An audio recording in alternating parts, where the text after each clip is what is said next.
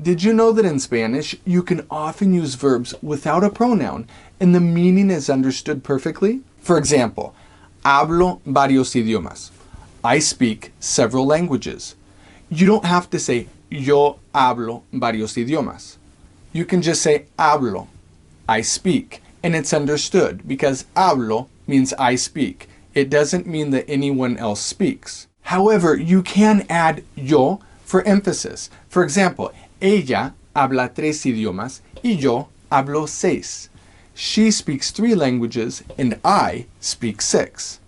In this case, I said yo hablo 6. Pronouns can be omitted for 2 reasons: context and verb endings. For example, estamos estudiando. That means we are studying. If I say estamos instead of nosotros estamos, it's still understood because estamos means we are. The amos ending reflects nosotros. So if I say hablo, that's first person singular, I speak. And if I say hablamos, that's first person plural, we speak. Another example is quieres. That means you want. It doesn't mean he wants, she wants, we want, I want.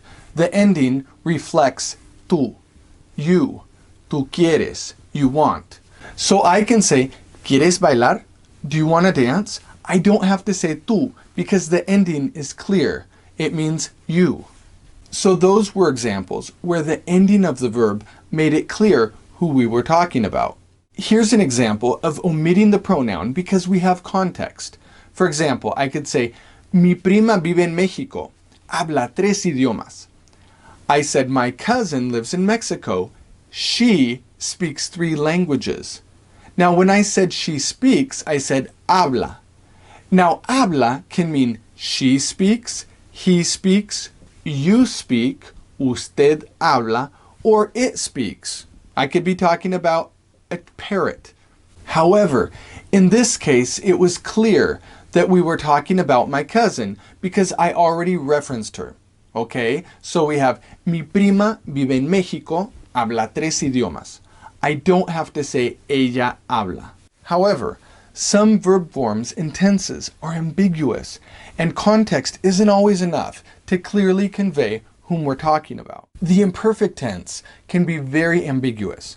For example, the word tenía. Without a pronoun, it can mean I had, you had, he had, she had, or it had. And the same thing with the verb quería. I wanted, you wanted, he wanted, she wanted, it wanted.